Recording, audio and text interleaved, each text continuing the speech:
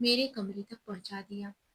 یہ گھر مجھے جانا پہچانا لگ رہا تھا، ایسے لگ رہا تھا جیسے میں یہاں پہلے بھی آ چکی ہوں، یا شاید یہ میرا وہم تھا۔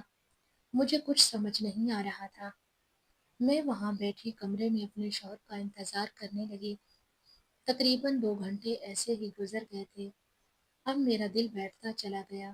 اس سے پہلے کہ میں اٹھ کر باہر نکلتی، کسی کھٹکے کی آواز ہوئی۔ میں سمجھ گئی میرا شوہر اندر داخل ہو رہا ہے۔ لاک گھمانے کی آواز آئی، دروازہ کھولا اور پھر بند ہوا۔ میں نے نگاہیں اٹھا کر دیکھا تو اپنی جگہ پتھر کی ہو گئی۔ میرے سامنے جو شخصیت موجود تھی وہ فقیر تو ہرگز نہیں تھا۔ تو پھر میرا نکاح کس سے ہوا ہے؟ میں نے اپنے ذہن پر زور دے کر اپنے شوہر کا نام یاد کرنے کی کوشش کی۔ میں زندگی سے اس قدر بیزار ہو گئی تھی کہ نکاح کے وقت میں نے اپنے شوہر کے نام پر توجہ ہی نہیں دی تھی۔ میں تو اس سہارے کی تلاش میں تھی، بس مجھے وہ سہارا چاہیے۔ جھونپڑی میں رکھے یا محل میں، مجھے اس سے کیا فرق پڑتا تھا؟ پر اب میری برداشت کی حد ختم ہو گئی۔ میں ایک دم سے اپنی جگہ سے کھڑے ہو کر سامنے موجود شخصیت کا چہرہ دیکھنے لگی۔ تم تم یہاں کیا کر رہے ہو؟ میرے شوہر کہاں ہیں؟ انہیں بلاؤ، میں تمہاری شکل تک نہیں دیکھنا چاہتی۔ میں نے چلا کر کہا تو پہلے تو میرے شوہر کی آنکھوں میں حیرت ابھری، پھر اس کے بعد اس نے زور زور سے ہنستے ہوئے میری طرف دیکھا۔ کیا ہو گیا ہے تمہیں؟ میں ہی تو تمہارا شوہر ہوں، کیا تم مجھے بھول گئی ہو، یا میں اس دن پہچان میں نہیں آ رہا؟ اپنے شوہر کا سوال سن کر مجھے ایسے لگا کہ ساتوں آسمان اپنی قوت سے میرے اوپر آ گرے ہوں اور میں کسی قاتل نہیں رہی ہوں۔ میں نے روتے ہوئے نگاہیں اٹھا کر اپنے شوہر کی طرف دیکھا۔ خدا کا واسطہ ہے، مجھے آزاد کر دو، میں تمہارے ساتھ نہیں رہ سکتی۔ تم میری خوشیوں کے قاتل ہو، تم ہی تو وہ شخص ہو جس نے مجھے ایک ایسی زندگی گزارنے پر مجبور کر دیا جو میں بالکل بھی ڈیزرو نہیں کرتی تھی۔ تمہاری وجہ سے میرا سب کچھ چھن گیا، اب میں تمہیں اپنی زندگی میں کیسے شامل کر سکتی ہوں؟ میں وہیں زمین پر بیٹھتی چلی گئی۔ میرے پیروں تلے سے زمین نکل گئی تھی اور میرے لیے کھڑا ہونا دوبھر ہو رہا تھا۔ میرا سر زور زور سے چکرانے لگا، ایک دم سے دل کی دھڑکن کم ہوتی گئی۔ میں نے بے اختیار سینے پر ہاتھ رکھا۔ دھندلاتی نگاہوں سے جو آخری منظر میں نے دیکھا وہ میرا شوہر میری طرف مڑنا تھا، جسے میں اپنا شوہر ماننے کے لیے تیار نہ تھی۔ اس کے بعد میرا ذہن اندھیرے میں ڈوب چکا تھا۔ مجھے کچھ یاد نہیں رہا۔ میرا نام بنیش ہے اور یہ میری زندگی کی انتہائی تلخ حقیقت ہے جس سے میں نے آج تک نظر چراتی چلی آئی ہوں۔ لیکن اب میں تھک چکی ہوں اور چاہتی ہوں کہ سب ٹھیک ہو جائے، پر مجھے کوئی امید نظر نہیں آتی کہ میری زندگی میں اب سب کچھ پہلے جیسا ہو سکتا ہے۔ میں اپنے والدین کی سب سے چھوٹی بیٹی تھی۔ والدین نے انتہائی لاڈ پیار سے پالا تھا۔ گھر میں دولت کی ریل پیل تھی۔ مجھے پڑھنے کا بہت شوق تھا، اس لیے میں نے کالج میں داخلہ لے لیا۔ اس سے پہلے میری دونوں بہنوں کی میٹرک کے بعد ہی شادی ہو گئی تھی۔ میرا ایک ہی بھائی تھا جو امی ابو کا لاڈلا تھا۔ پھر اس کے بعد میں پیدا ہوئی، اس وجہ سے مجھے بھی اس کے برابر پیار ملا تھا۔ زندگی حسین تھی، بالکل شہزادیوں والی۔ ابو کی میں لاڈلی تھی، اس لیے میری خواہش پوری ہوتی تھی، پر نہیں جانتی تھی کہ شادی کے بعد میری زندگی ایک ایسا موڑ لے گی جس کے بعد میں کبھی خود کو محفوظ تصور نہیں کر سکوں گی۔ زندگی ہمیشہ ہمیشہ کے لیے بدل جائے گی۔ کالج میں نے قدم رکھا تھا کہ میرے رشتے آنا شروع ہو چکے تھے۔ امی ابو کو ویسے بھی میری شادی کی فکر لگی ہوئی تھی، کیونکہ انہوں نے میری بہنوں کی جلدی شادی کر دی۔ اس وجہ سے انہیں لگتا تھا کہ میری شادی بھی جلدی ہو جانی چاہیے، پر میں پڑھ لکھ کر اپنے خوابوں کو پورا کرنا چاہتی تھی۔ میرا مقصد تھا کہ میں ٹیچر بنوں اور بچوں کو انتہائی پیار محبت سے پڑھا سکوں۔ میرے نزدیک جو کمیاں اسکول لائف میں میرے اندر رہ گئی تھی وہ ٹیچرز کی عدم توجہ کی بدولت تھی۔ اس لیے میں چاہتی تھی کہ میں ایک ایسی ٹیچر بنوں جو بچوں کو انتہائی پیار محبت سے ان کی نفسیات کے مطابق پڑھائے تاکہ وہ پڑھائی میں بہتر طریقے سے دلچسپی لے سکیں۔ میں نے اپنے اس خواب کا ذکر اپنے والد صاحب سے بھی کیا تھا اور وہ میرا ساتھ دینے کے لیے تیار تھے، پر ہر ماں کی طرح میری ماں کو بھی میری فکر لگی رہتی۔ انہوں نے میرے لیے رشتہ دیکھنا شروع کر دیا۔ یہاں یہ بات بتاتی چلوں کہ ابو کے دو بڑے بھائی تھے جنہیں میں تایا جان اور چچا جان کہا کرتی تھی۔ سب سے بڑے بھائی کو میں تایا جان اور ان سے چھوٹے کو میں چچا جان کہا کرتی تھی۔ تایا جان نے شروع سے ہی ابو کے کان میں یہ بات ڈال دی کہ میرے اصفر کے لیے تو بیٹی ہی ٹھیک رہے گی، جبکہ میرے دل میں ایسی کوئی بات نہ تھی۔ میں نے اپنے والد صاحب کو صاف اور واضح طور پر بتا دیا کہ میں اصفر سے شادی نہیں کروں گی، کیونکہ میں اسے پسند نہیں کرتی۔ وہ مجھ سے عمر میں کئی گنا بڑا ہے، یقیناً ہمارے درمیان 5-6 سال کا فرق تو لازمی تھا۔ جبکہ چچا جان نے امی سے ریکویسٹ کی تھی کہ بنیش کو ہماری بہو بنا دے، اس وجہ سے ان دونوں بھائیوں کے درمیان اختلافات تھے۔ میں نے امی ابو کو صاف اور واضح طور پر بتا دیا کہ میں رشتہ داروں میں کسی سے شادی نہیں کروں گی۔ اگر آپ کسی ایک کو بھی ہاں کہیں گے تو دوسرے کا دل ٹوٹ جائے گا۔ میں اس طرح کے فسادات والی شادی ہرگز نہیں کرنا چاہتی۔ ابو میری سوچ کے قائل ہو گئے تھے، لیکن امی کی چونکہ چچی جان سے کافی حد تک دوستی ہوئی تھی، اس لیے انہوں نے مجھے بالآخر میرے کزن رامس کے لیے منا لیا تھا۔ میری منگنی کی خبر عام ہو چکی تھی، جبکہ ابھی میں نے خود فیصلہ نہیں کیا تھا۔ میں نے صرف امی کو ٹالنے کے لیے رامس کا کہا تھا، اور ابو امی نے میرے اس ٹالنے کو ہی میری ہاں سمجھ کر تمام خاندان میں یہ بات پھیلا دی کہ بنیش نے رامس کے لیے ہاں کر دی ہے اور اصفر کے لیے منع کر دیا ہے۔ تایا جان کو اس بات کے لیے بہت برا محسوس ہوا تھا۔ انہوں نے کچھ کہنے کی بجائے چپ اوڑھ لی تھی۔ ابو کو بھی افسوس ہوا، انہیں امی کی جلد بازی پر غصہ آیا تھا۔ اس بات کا انہوں نے صدمہ لے لیا اور ان کا بڑا بھائی ان سے ناراض ہے۔ وہ امی سے کہا کرتے کہ بیٹی کو ایسی جگہ نہیں جھونکنا چاہیے جہاں پہلے سے ہی باتوں پر مزید اختلافات بڑھ جائیں، اور امی کو داماد کے روم میں رامس کے علاوہ اور کوئی بھاتا ہی نہیں تھا۔ رامس اپنے گھر کا سب سے بڑا بیٹا تھا اور اکلوتا تھا، جو اچھی خاصی جاب کرتا، مہینے کے تقریباً 60,000 تو آرام سے کما لیتا تھا۔ اس پر گھر کے کام کوئی زیادہ اخراجات بھی نہیں تھے۔ میری زندگی عیش و آرام میں گزرنے والی تھی۔ اختلافات بڑھنے لگے تو میں نے امی سے کہا جلد میری شادی کا اعلان کر دیں تاکہ تمام لوگوں کے منہ بند ہو جائے۔ امی نے منگنی کا تو باقاعدہ طور پر اعلان کر دیا تھا، اس لیے دوبارہ توڑنا میرے بس کی بات نہیں تھی۔ اپنی ذات کو یوں موضوع بنتے دیکھنا میرے لیے بہت تکلیف دہ تھا، اس لیے میں نے امی سے کہہ دیا کہ آپ رامس اور میری شادی کی تاریخ طے کر دیں۔ میں نے خود اپنے منہ سے یہ بات کہی تھی۔ میں بہت تکلیف میں تھی، کیونکہ ہر زبان زدیام یہ بات عام تھی کہ رامس اور بنیش کا کوئی نہ کوئی چکر تو ضرور تھا، جو اس نے اصفر کو ٹھکرا دیا، جبکہ سچ بات تو یہ تھی کہ نہ میں رامس سے شادی کرنا چاہتی تھی اور نہ اصفر کے لیے ہاں کر رہی تھی۔ پر امی کی ضد نے مجھے یہ دن دکھایا تھا۔ میں بالکل خاموش رہ گئی۔ ابو نے چہچہاتی ہوئی بلبل کی خاموشی کو اچھی طرح محسوس کر لیا تھا۔ یہاں یہ بات بتاتی چلوں کہ مجھ سے پہلے میرے بھائی کی شادی ہو چکی تھی اور بھائی کی بیوی اصفر کی چھوٹی بہن تھی۔ اس وجہ سے بھی ہمارے گھر میں اختلافات بڑھ گئے تھے، پر بھابھی نے کھلے دل سے قبول کر لیا تھا کہ جو اس کی مرضی ہوگی وہی میری مرضی ہوگی۔ بنیش پر کسی طور پر زبردستی نہیں کر سکتے، جبکہ بنیش کے فرشتوں کو بھی علم نہیں تھا کہ اس کی والدہ رامس سے اس کا رشتہ طے کر آئی ہیں۔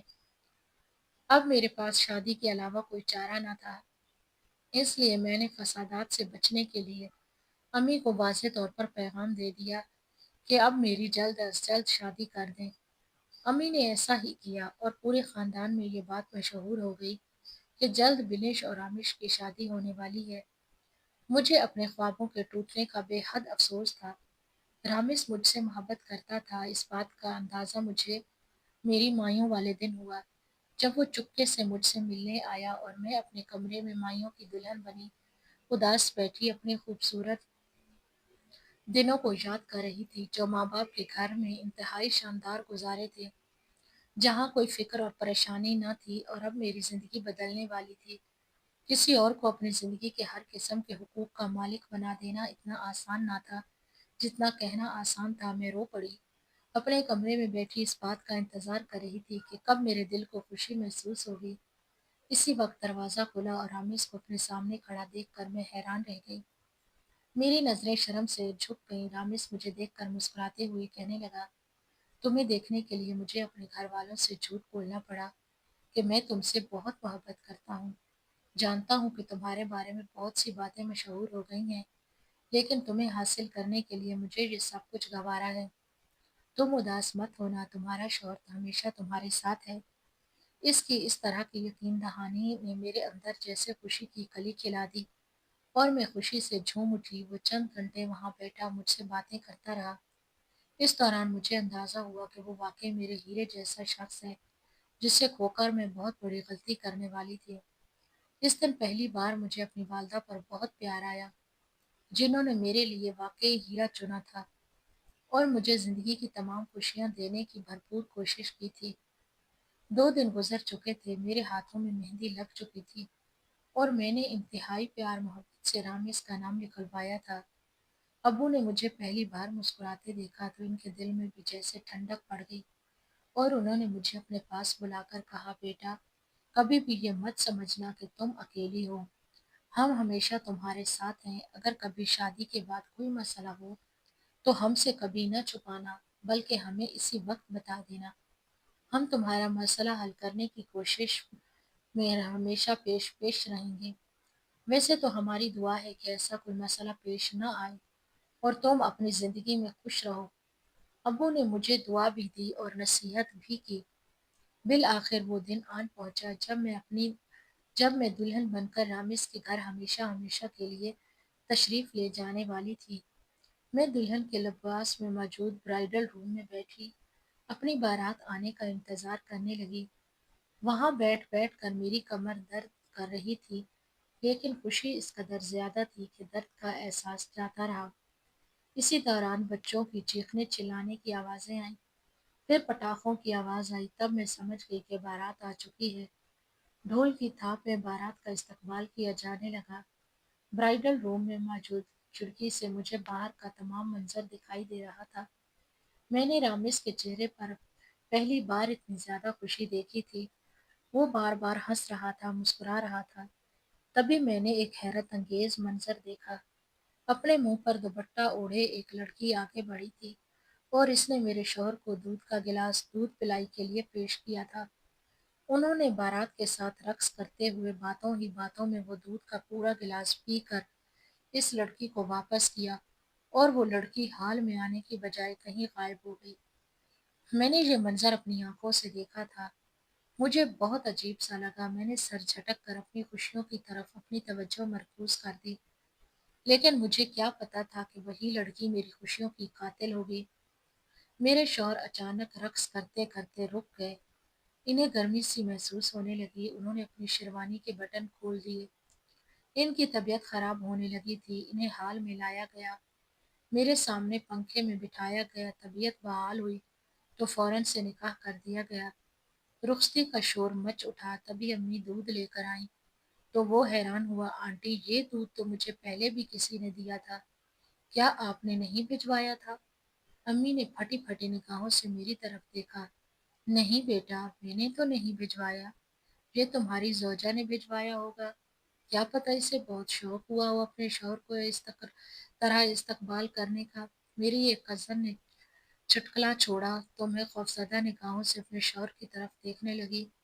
وہ منظر اس وقت بھی مجھے عجیب لگا تھا اور اب دوبارہ سے یوں اس بات کا تذکرہ آنا، میری چھٹی حس مجھے کسی انہونی کا احساس دلانے لگی تو میں حیران رہ گئی۔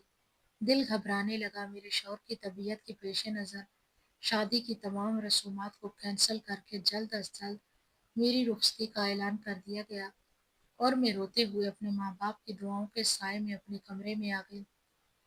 میرے شوہر جیسے ہی کمرے میں قدم رکھ کر میرے پاس آئے تو انہیں خون کی ایک بہت بڑی الٹی ہوئی اور میں اپنی جگہ ساکت رہ گئی۔ انہوں نے میرے ہاتھوں میں دم توڑ دیا۔ وہ میری طرف دیکھ بھی نہ سکے، مسکرا نہ سکے اور ہمیشہ ہمیشہ کے لیے آنکھیں بند کر کے اس دنیا سے رخصت ہو گئے۔ میں پھٹی پھٹی نگاہوں سے دیکھتی رہی اور پھر اس کے بعد میں نے اونچا اونچا رونا شروع کر دیا۔ میں نے انہیں وہیں پلنگ پر لٹایا اور اپنے خون آلود ہاتھوں کو دیکھا۔ میرا پورا لباس خون آلود ہو چکا تھا۔ میں بھاگ کر باہر آئی تو تمام گھر والوں نے مجھے دیکھ کر حیران ہو گئے۔ کیا ہو گیا؟ میرے بیٹے کو تم رو کیوں رہی ہو؟ میں نے اندر اشارہ کیا تو وہ لوگ بھاگ کر وہاں آئے اور پھر دوسرے ہی لمحے چچی جان نے مڑ کر مجھے ایک زوردار تھپڑ رسید کیا۔ نامراد، تیرے آنے سے میرا بیٹا چلا گیا، ضرور تیری کارستانی ہوگی۔ مجھے تو پہلے ہی پتا تھا کہ تو اصفر سے شادی کرنا چاہتی ہے، لیکن میرا ہی دماغ خراب ہو گیا تھا جو میں نے تجھے اپنی بہو کے روپ میں دیکھنا چاہا۔ مجھے کیا پتا تھا کہ تو ڈائن ہے، قاتلہ ہے۔ تو نے میرے بیٹے کو قتل کر دیا، تیرے ہاتھ خون سے رنگے ہوئے ہیں۔ چچی جان سینے پر ہاتھ مار کر زور زور سے رو رہی تھی اور میں حیرانی سے یہ منظر دیکھ رہی تھی۔ میرا دماغ جیسے سن ہو گیا، میں نے کچھ بھی نہیں کیا۔ میں نے روتے ہوئے بلند آواز سے اپنی گواہی دینا چاہی۔ میں بے گناہ تھی، میں تو رامز سے محبت کرنے لگی تھی، بھلا میں اسے کیوں قتل کرتی؟ چچا جان نے بھی آگے بڑھ کر مجھ پر تھپڑوں کی برسات کر دی۔ اگر تجھے میرا بیٹا پسند نہیں تھا تو اسی وقت منع کر دیتی۔ اصفر کے لیے تو نے میرے بیٹے کو مار دیا، میں تجھے نہیں چھوڑوں گا۔ انہوں نے اسی وقت پولیس کو فون کر کے بلا لیا تھا اور پولیس نے مجھے گرفتار کر لیا۔ میں اپنی صفائیاں دیتی رہی لیکن کسی نے میری ایک نہ سنی اور یوں سب نے مجھے قاتل قرار دے دیا۔ میں جیل میں آ چکی تھی، دلہن کے لباس میں میں جیل میں موجود تھی۔ کسی نے مجھے لباس تبدیل کرنے کا وقت بھی نہ دیا۔ میں روتی رہی، چلاتی رہی۔ مجھ پر قتل کا مقدمہ درج ہو چکا تھا۔ میرے گھر والوں نے بھی مجھ سے آنکھیں پھیر لیں کیونکہ انہیں بھی لگتا تھا کہ شاید میں نے یہ قدم اٹھایا ہے۔ میں نے رو رو کر ان کے سامنے ہاتھ جوڑے، انہیں اپنی بے گناہی کا یقین دلانا چاہا، لیکن سب نے آنکھیں پھیر لی تھی۔ ابو یہ صدمہ برداشت نہ کر سکے اور اس دنیا سے رخصت ہو گئے۔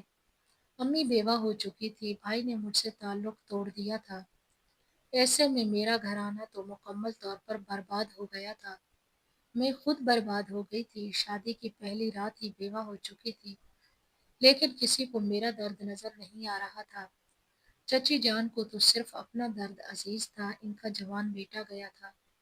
مجھے معلوم ہے کہ یہ درد بہت بڑا ہوتا ہے، جوان موت انسان کو وقت سے پہلے بوڑھا کر دیتی ہے، پر اس میں میرا کیا قصور تھا؟ مجھے تو دکھ پہنچا تھا، میرا بھی تو شوہر دنیا سے رخصت ہوا تھا، لیکن ان تمام لوگوں نے مل کر مجھ پر الزام تراشی شروع کر دی اور مجھے جیل میں بند کروا دیا۔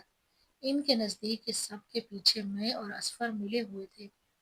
مجھے شادی میں اصفر کہیں نظر نہیں آیا تھا اور اس نے مجھے بچانے کی کوشش کی تھی۔ مجھے حیرت ہوئی کہ یہ سب کچھ کیا ہو رہا ہے۔ میں وہیں جیل میں بیٹھی اپنی بے گناہی کا انتظار کرتی رہی کہ کب میں بے گناہ ثابت ہوں گی اور کب اللہ پاک مجھے یہاں اس جیل کی اندھیری کوٹری سے نکالے گا۔ زندگی یوں ہی رخ بدلنے لگی۔ میں نے کبھی نہیں سوچا تھا، میرے رو کر ہر روز رات کو اللہ سے یہی دعا کرتی کہ اللہ میری بے گناہی ثابت ہو جائے اور میں یہاں سے چھوٹ کر نکل جاؤں۔ نہ جانے کس کی بد دعا لگ گئی تھی مجھے، شاید اصفر کی بد دعا لگ گئی تھی۔ مجھے آج تک یہ معلوم نہیں ہو سکا میرے شوہر کا قاتل کون تھا، پر حیرت انگیز طور پر یہ بات ہوئی کہ مجھے جیل میں خط ملنا شروع ہو گئے تھے جس میں اس بات کا اعتراف کیا جاتا تھا کہ میں نے تمہارے شوہر کو مارا ہے۔ مجھے معاف کر دینا، مجھے اس بات کا بہت افسوس ہے، پر اس سے کہیں زیادہ افسوس مجھے اس بات کا ہے کہ تم میری وجہ سے جیل کی سلاخوں کے پیچھے ہو۔ لکھنے والا اس میں اپنی حبس ظاہر نہ کرتا تھا، اپنی جنس ظاہر نہ کرتا تھا، بس ایسی باتیں لکھی ہوتی جس سے گمان ہوتا کہ آیا یہ لڑکے کا خط بھی ہو سکتا ہے اور لڑکی کا بھی۔ میں نے عدالت میں ثبوت کے طور پر وہ خط جمع کروانے کی کوشش کی تھی، لیکن جیل میں شاید تمام لوگ رشوت کھا کر بیٹھے ہوئے تھے۔ انہوں نے میرا خط اعلیٰ عدالت تک پہنچنے سے پہلے ہی برباد کر دیا تھا۔ اب تو جیل میں وہ خط ملنا بھی بند ہو چکے تھے۔ میں تقریباً 2 سال تک جیل کی سلاخوں کے پیچھے رہی۔ جیلر ایک انتہائی بد کردار شخص تھا۔ وہاں پر موجود جیل کی ہر عورت کو اس نے برباد کرنے کی کوشش کی تھی۔ مجھے نہیں معلوم کہ میری باری بھی جلد آنے والی تھی اور مجھے پورے برباد کر کے چھوڑے گا۔ افسوس اس وقت ہوا جب رات کے آخری پہر میں نے جیلر کو اپنی اندھیری کوٹڑی میں پایا تھا۔ پھر اس کے بعد اس نے میری عزت پر حملہ کر دیا۔ میں چیختی چلاتی رہی پر وہاں میری مدد کے لیے کوئی بھی نہیں آیا۔ اس نے میری عزت کو تار تار کر دیا۔ محض 25 سال کی عمر میں اپنی زندگی کے انتہائی برے دنوں کا سامنا کر رہی تھی۔ اس دن میں شدت سے روئی اور گڑ گڑا کر اللہ سے دعا مانگی، یا اللہ میرے صبر کی حد مکمل ہو چکی ہے، میرے صبر کا پیمانہ لبریز ہو گیا ہے، میرے صبر کا جام چھلک گیا، میں اب مزید یہاں نہیں رہنا چاہتی۔ یا اللہ تو کوئی راستہ نکال، یہاں سے میں جانا چاہتی ہوں، مجھے یہاں سے باعزت بری کر دے۔ صبح ہوتے ہی میں نے زور زور سے رونا شروع کیا تو جس جیلر کی ڈیوٹی ختم ہوئی تھی اس نے مجھے ڈرانے دھمکانے کی کوشش کی اور اب میرے پاس کھونے کے لیے کچھ بھی نہ بچا تھا۔ واحد عزت تھی جو میں کھو چکی تھی، اس لیے میں نے اس کی کسی بات کو خاطر میں لائے بغیر زور زور سے وہاں موجود تمام لوگوں کو یہ کہنا شروع کر دیا کہ اس شخص نے میری عزت پر حملہ کیا اور مجھے لوٹ لیا ہے۔ میں اس پر مقدمہ درج کرانا چاہتی ہوں۔ خوش قسمتی یہ تھی کہ وہاں موجود کانسٹیبل رحم دل تھا۔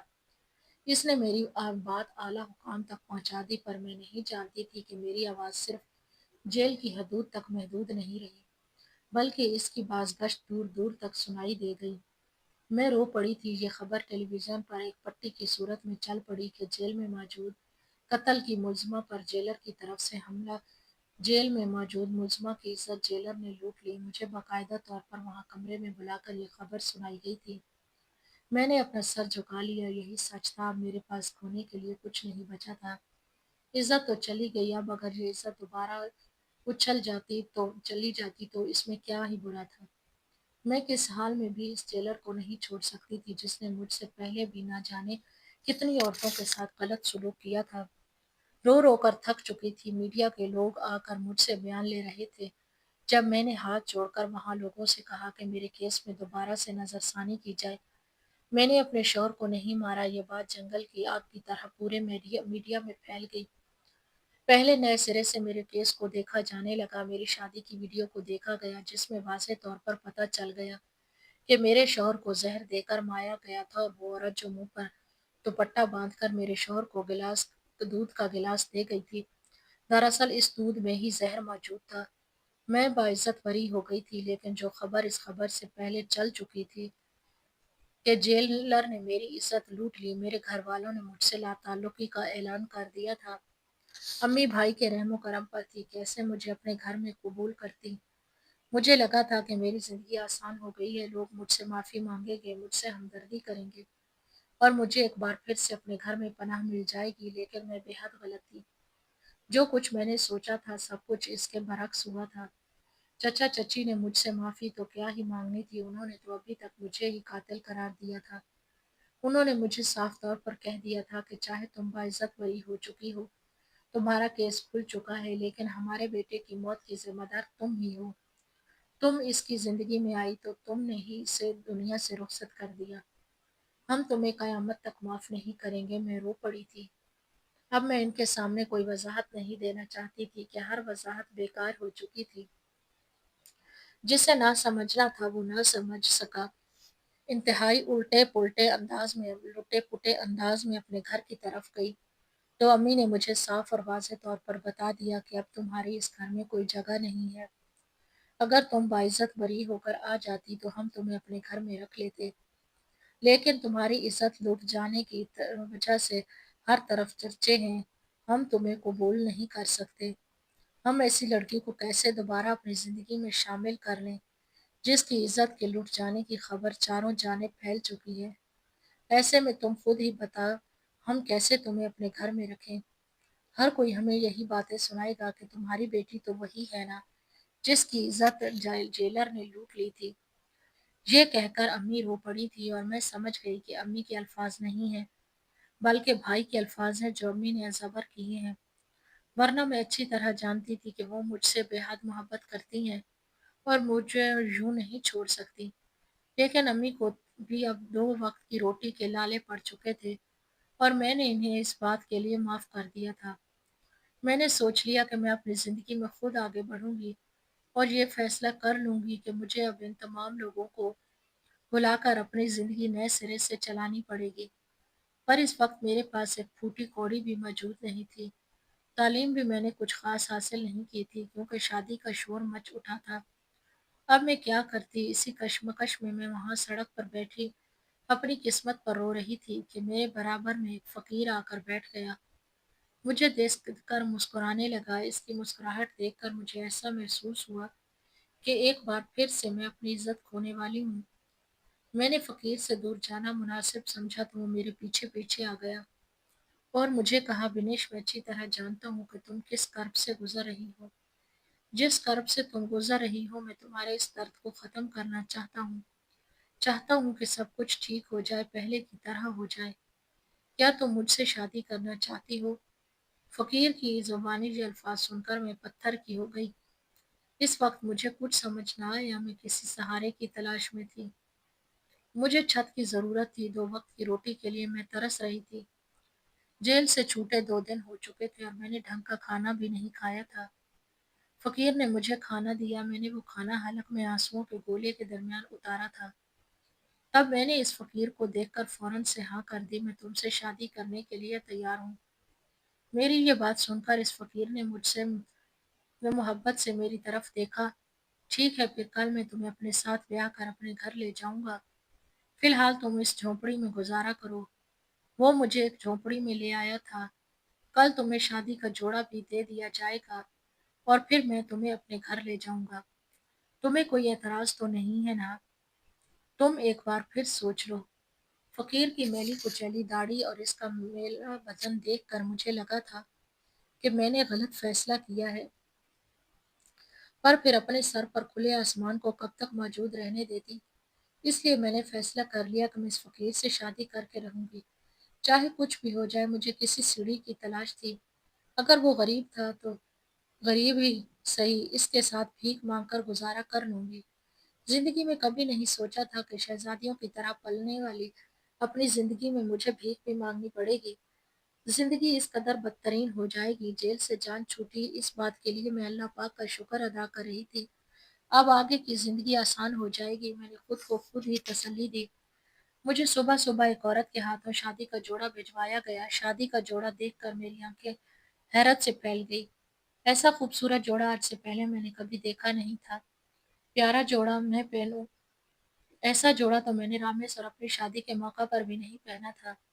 میں نے لباس تن کیا، گاڑی مجھے لینے آئی۔ میں حیران تھی، فقیر ہے، اس کے پاس گاڑی کہاں سے آئی؟ پر اپنے ذہن کو تمام سوچوں سے آزاد کر کے میں سب سے پہلے اس گاڑی میں پارلر تیار ہونے کے لیے چلی گئی۔ وہاں مجھے خوبصورتی سے تیار کیا گیا، پھر گاڑی ایک اجنبی جگہ لے جائی گئی جہاں مجھ سے ایجاب و قبول کی اجازت طلب کی گئی۔ میں نے اپنے شوہر کو نکاح میں قبول کر لیا، اپنی زندگی اس کے نام کر دی، یہ جانے بغیر کہ وہ کون ہے، کیسا ہے۔ زندگی اتنی تلخ ہو چکی تھی کہ میں نے اس بات کی ضرورت ہی محسوس نہیں کی، مجھے بس ایک سہارے کی ضرورت تھی، اس لیے میں نے فقیر کی پیشکش قبول کی۔ لیکن یہ دیکھ کر حیران رہ گئی کہ گاڑی ایک بنگلے کے پاس آ کر رکی۔ میرے شوہر نے مجھے یہی کہا تھا کہ تم میرے گھر آ جانا، میں تمہارے سامنے تمہیں قبول کر چکا ہوں۔ ایسا ہی ہوا تھا، انہوں نے مجھے ریکارڈنگ بھیج دی تھی۔ حیرت انگیز طور پر میں نے انہیں دولہا بنے ہوئے نہیں دیکھا تھا، اگر دیکھ لیتی تو شاید انہیں کبھی اپنے شوہر کے روپ میں قبول نہ کرتی۔ میں جیسے ہی کمرے میں پہنچائی گئی، تھوڑی دیر بعد کمرے کا دروازہ کھلا اور میرے سامنے میرے شوہر کی حیثیت سے اصفر کھڑا تھا۔ میرے ہاتھ پیر کانپنے لگے۔ تم یہاں کیا کر رہے ہو؟ میں نے اصفر سے پوچھا۔ اصفر نے ہنستے ہوئے میری طرف دیکھا۔ تمہارا شوہر ہوں، تم نہیں تو میں ہی کمرے میں آؤں گا نا؟ یہ سن کر میرے پیروں تلے سے زمین کھسک گئی۔ میں تمہیں اپنا شوہر نہیں مانتی، چلے جاؤ یہاں سے، تمہاری وجہ سے مجھ پر اتنا بڑا الزام لگا، میں تمہیں کبھی معاف نہیں کروں گی۔ اصفر نے آگے بڑھ کر مجھے اپنے گلے سے لگا لیا، میں اس کی باہوں میں مچلنے لگی۔ مجھے تمہارے ساتھ نہیں رہنا، مجھے آزاد کر دو، میں تمہارے ساتھ کیسے رہ سکتی ہوں؟ میری جان حلق میں آ گئی، میں بے ہوش ہو چکی تھی۔ اگلے دن جب ہوش آیا تو اصفر میرے سامنے شرمندہ کھڑا تھا۔ میں مانتا ہوں کہ میں قصوروار ہوں، میں نے ہی رامس کو زہر دینے کی کوشش کی تھی، لیکن خدا کا کرنا یہ ہوا کہ میں نے جس کرائے کے قاتل کو خریدا تھا میں نے اسے فون کر کے منع کر دیا۔ اس نے میری بات مان لی، میرے اوپر سے ضمیر کا ایک بوجھ ہٹ چکا تھا، میرا ضمیر مجھے بار بار ملامت کر رہا تھا۔ وہ روتے ہوئے مجھے اپنی کہانی سنانے لگا۔ پھر وہ ہوا جس کا میں نے تصور بھی نہ کیا تھا۔ جس کرائے کے قاتل کو میں نے رامس کو مارنے کے لیے خریدا تھا وہ کوئی اور نہیں بلکہ رامس کی وہ گرل فرینڈ تھی جس سے رامس چھوڑ چکا تھا۔ وہ یہ بات برداشت نہ کر سکی اور اس نے رامس کو میرے لاکھ منع کرنے کے باوجود بھی زہر دے دیا تھا۔